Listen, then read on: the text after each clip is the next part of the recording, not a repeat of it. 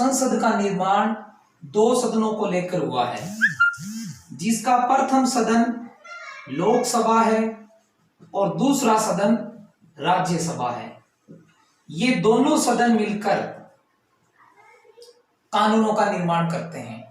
लेकिन आज हम लोकसभा की शक्तियों या उसके कार्यों के बारे में जानेंगे।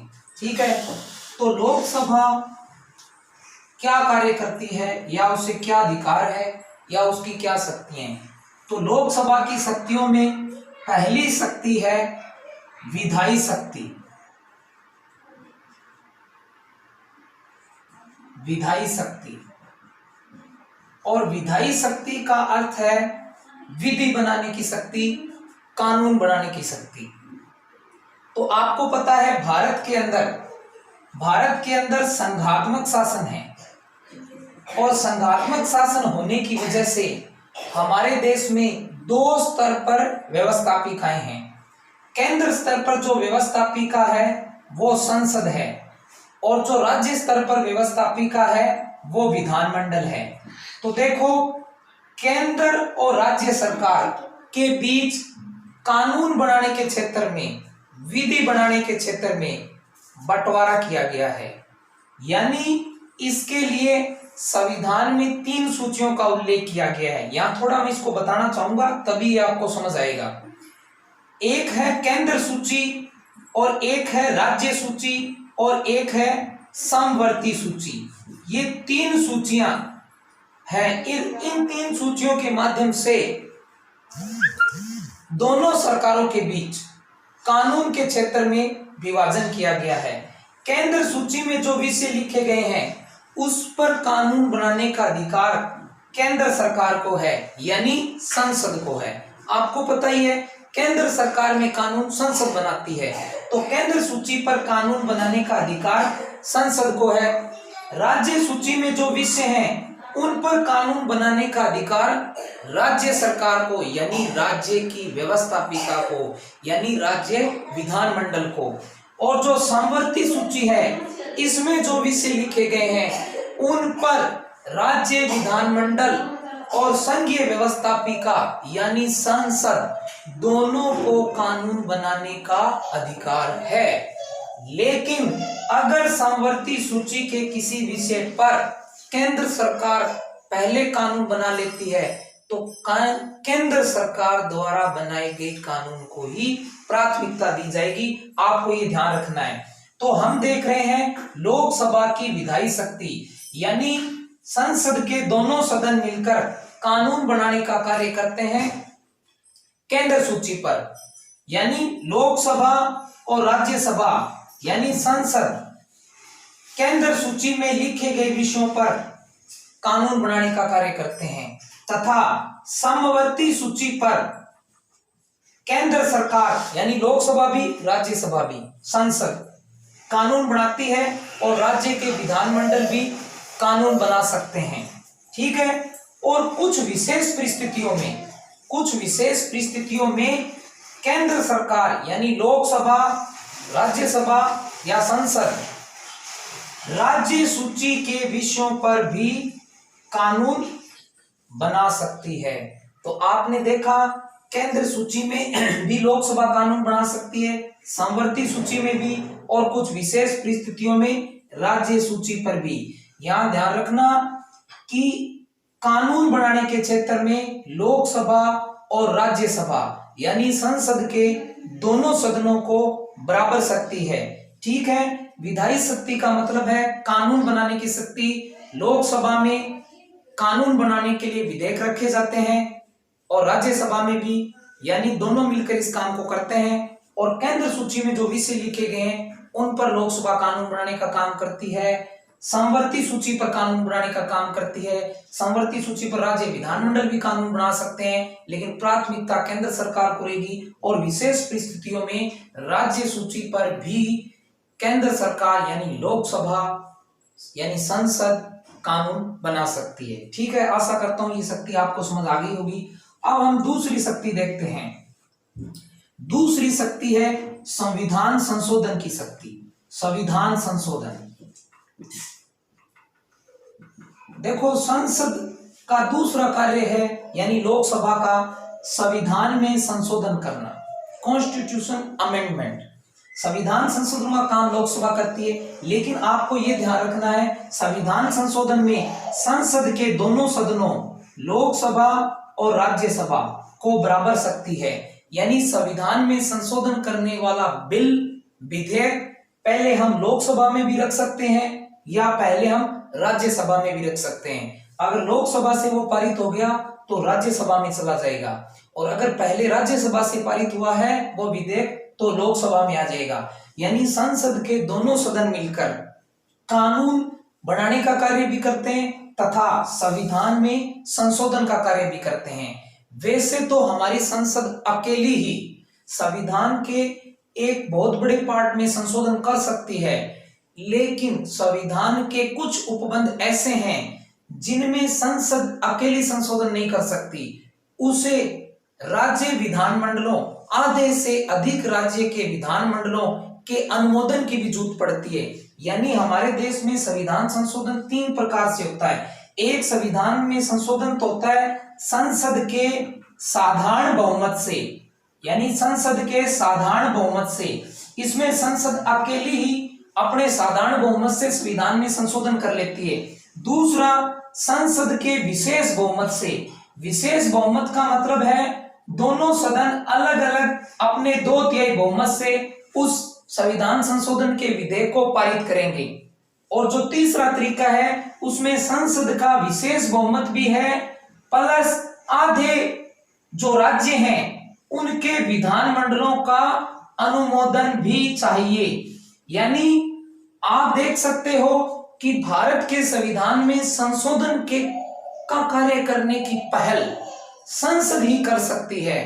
संविधान में संशोधन करने की पहल राज्य के विधानमंडल नहीं कर सकते। ये आपने देखा, तीनों ही तरीकों में आपने देखा संसद को ही प्राथमिकता है, यही पहल कर सकती है संविधान संशोधन का। अगर कोई भी बिल है, चाहे वो साधारण बहुमत का है, चाहे वो विशेष बहुमत का है, चाहे वो विशेष बहुमत और आधे राज्यों के विधानमंडलों के अनुमोदन की बात हो, ठीक है। लोकसभा की 2 शक्तियां होगी, विधायी शक्तियां और संविधान संशोधन की। अब अगली शक्ति हम देखते हैं लोकसभा की कौन सी शक्ति है। लोकसभा की जो तीसरी शक्ति है, ठीक है, उस तीसरी शक्ति में हम देखते हैं उसकी वित्तीय शक्ति, फाइनेंशियल पावर, लोकसभा की वित्तीय शक्ति। अब देखो, हमने जो 2 शक्तियां पढ़ी थी वहां एक बात कॉमन थी कि चाहे कानून बनाने का कार्य हो, संसद के दोनों सदनों को, लोकसभा और राज्यसभा को बराबर शक्ति है, ठीक है। और संविधान संशोधन जो दूसरी शक्ति थी वो भी संसद के दोनों सदनों को बराबर है। लेकिन जो वित्तीय शक्ति है उसमें लोकसभा को कुछ विशेष शक्तियां हैं जो राज्यसभा को नहीं है। जैसे कोई भी जो धन विधेयक होता है, मनी बिल, धन विधेयक, कोई भी विधेयक जब धन विधेयक होता है, अब कोई विधेयक धन विधेयक है या नहीं, इसका फैसला भी लोकसभा का अध्यक्ष करता है। लोकसभा का अध्यक्ष ही ये फैसला करता है कि कोई विधेयक धन विधेयक है या नहीं। और ध्यान रखना, धन विधेयक हमेशा लोकसभा में ही सबसे पहले प्रस्तुत किया जाएगा, राज्यसभा में नहीं। ये लोकसभा की विशेष शक्ति भी है जो राज्यसभा को नहीं है। यानी धन विधेयक हमेशा लोकसभा में ही सबसे पहले प्रस्तुत किया जाएगा और लोकसभा से पारित होने के बाद ये धन विधेयक राज्यसभा में जाएगा और राज्यसभा के पास 14 दिन का टाइम होता है।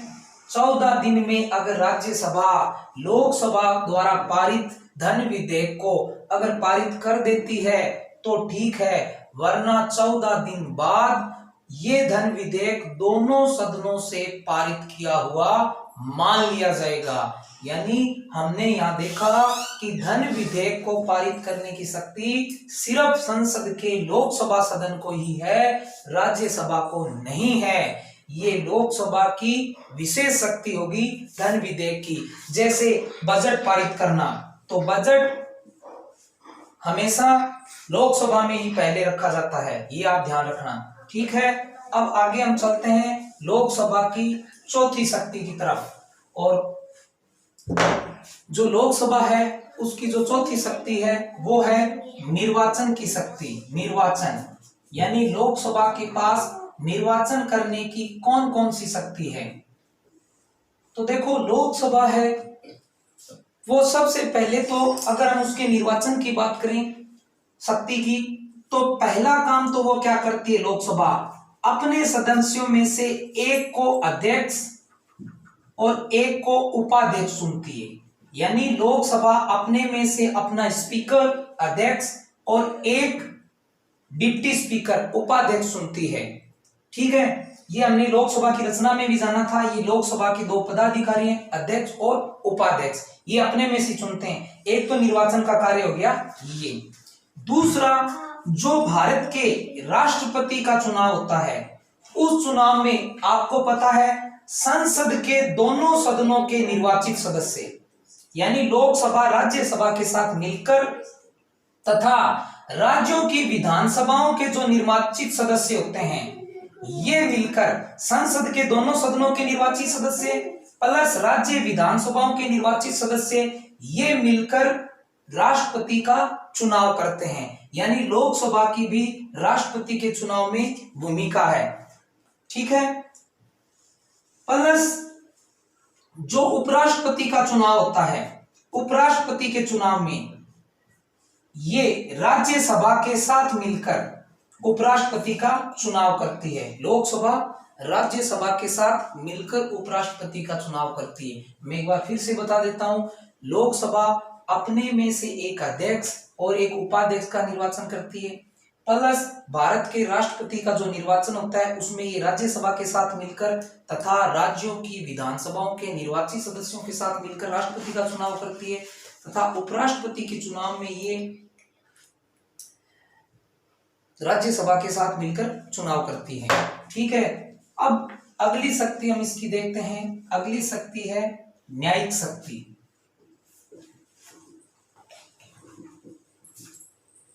जो पांचवी शक्ति है न्यायिक। अब आपने देखा न्यायिक शक्ति में लोकसभा का क्या कार्य है। देखो, आप राष्ट्रपति के महाभियोग को पढ़ोगे।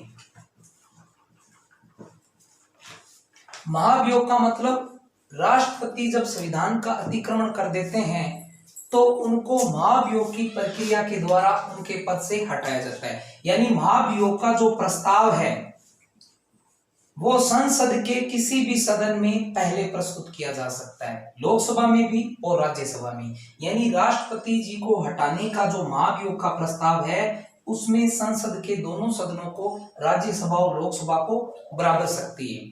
ठीक है, प्लस जो हमारे सर्वोच्च न्यायालय और उच्च न्यायालय के जो न्यायाधीश होते हैं उनको हटाने में भी संसद की भूमिका है। यानी उन पर जो हटाने का प्रस्ताव है वो भी लोकसभा में और राज्यसभा में प्रस्तुत किया जाता है। यानी संसद न्यायाधीशों पर भी हटाने की प्रक्रिया के प्रस्ताव को पारित करती है। तो आपने देखा, लोकसभा के पास विधायी शक्तियां हैं, लोकसभा के पास वित्तीय शक्तियां हैं, लोकसभा के पास संविधान संशोधन की शक्ति है, लोकसभा के पास निर्वाचन की शक्ति है, लोकसभा के पास न्यायिक शक्तियां हैं।